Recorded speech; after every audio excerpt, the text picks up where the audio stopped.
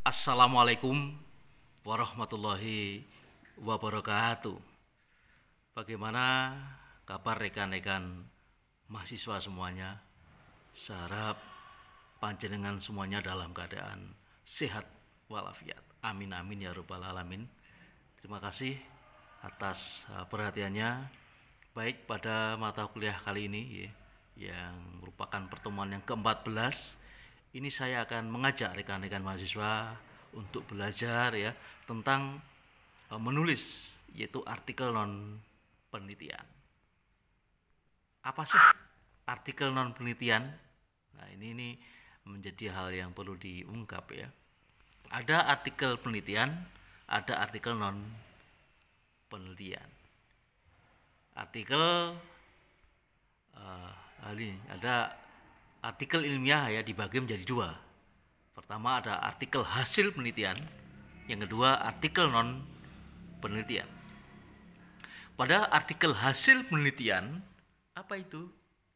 Merupakan ringkasan dari hasil penelitian yang kemudian dituliskan dalam bentuk artikel sesuai dengan anatomi atau aturan pada penulisan ilmiah jurnal. Biasanya artikel hasil penelitian ini bisa diperoleh ya dari hasil penelitian dari skripsi misalkan, kemudian dari tesis atau S2, atau barangkali bisa dari disertasi atau dari S3, maupun bisa juga berupa hasil penelitian dari sponsor pemerintah maupun sponsor dari swasta. Dari hasil penelitian yang ada, misalkan ada 100 sampai 200 halaman, ketika dibuat menjadi artikel, dirangkum, bisa cukup menjadi 10 sampai 15 halaman. Kemudian dipublikasikan ke jurnal ilmiah yang ber-ISSN, baik terakreditasi nasional maupun internasional. Namun kali ini saya akan membahas tentang ini, artikel non penelitian. Apa itu artikel non penelitian? Adalah sebuah ide, kemudian gagasan, pemikiran penulis terhadap masalah-masalah yang aktual, problematika yang muncul pada saat ini, dan dibutuhkan sebuah solusi, sebuah alternatif untuk menyelesaikannya. Kemudian kita sebagai penulis mencoba menawarkan, kemudian memberikan solusi-solusi yang berupa ide maupun gagasan, dan ini merupakan bukan hasil penelitian. Ada anatomi atau struktur dalam artikel non penelitian. Pasti yang pertama dimulai dari judul, kemudian nama penulis, yang ketiga abstrak atau ringkasan dari artikel tersebut, kata kunci ya 3 sampai 5 kata, kemudian pendahuluan ya, terus pembahasan, penutup, dan daftar rujukan. Ini adalah anatomi atau struktur artikel non penelitian. Mari kita kupas satu persatu ya. Pertama adalah judul. Nah, pada judul ini kita mengungkap ya. Jadi pada judul itu yang kita ungkap apa di sana adalah masalah apa yang kita bahas.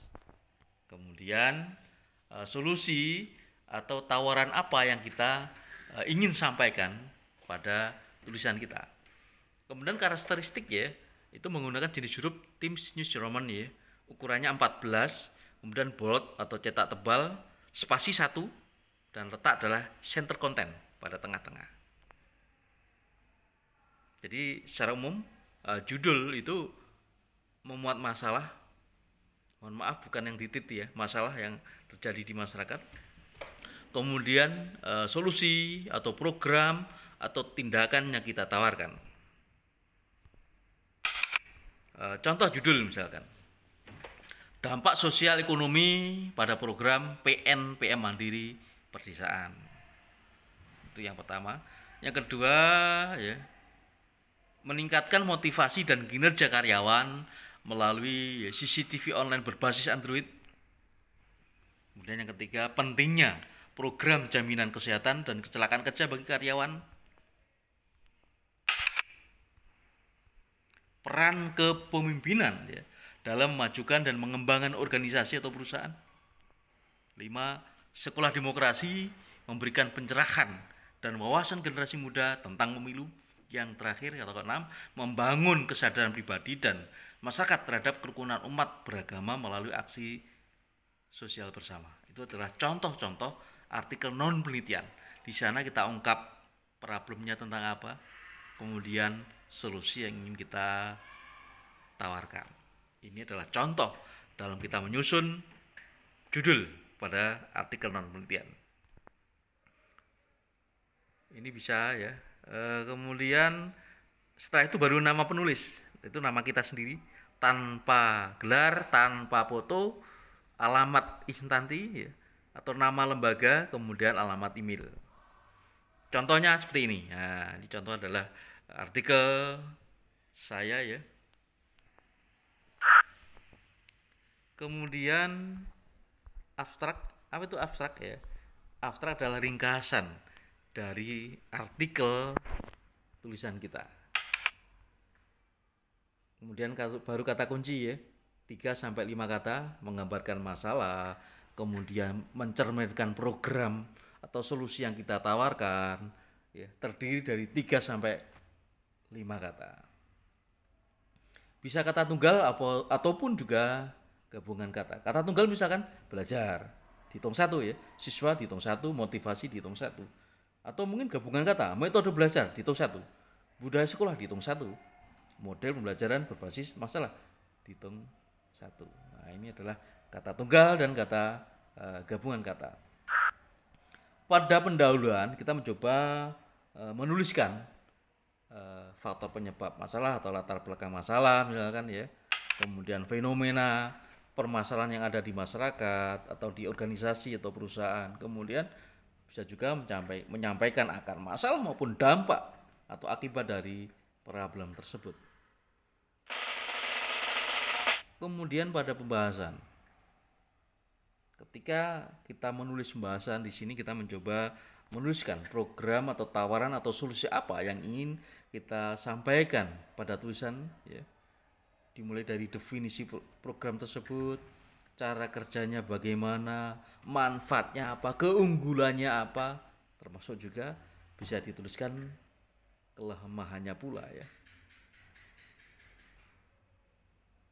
Setelah itu baru yaitu kesimpulan atau penutup. Pada penutup berupa kesimpulan dan saran ya. Pada kesimpulan ya, kesimpulan dari artikel kita, kemudian saran-saran apa yang ingin kita sampaikan pada tulisan kita, kemudian daftar rujukan ya. Bisa memuat dari buku, dari jurnal, atau juga bisa dari sumber-sumber referensi yang lain yang bisa dipertanggungjawabkan. Nah, setelah kita mempelajari tadi, sekarang adalah tugas. Tugasnya apa? Masing-masing mahasiswa membuat artikel, tema bebas ya, disesuaikan dengan mata kuliah. Kemudian minimal 2 halaman ya. A4 ya ukurannya. Jenis ukuran hurufnya adalah 14 pada judul ya ukurannya. Jenis huruf New Times Roman spasi 1 pada judul. Kemudian pada abstrak ukuran fontnya 14 spasi 1. Kemudian pada pendahuluan, pembahasan, penutup dan daftar pustaka ukuran huruf 12 spasi 1,5.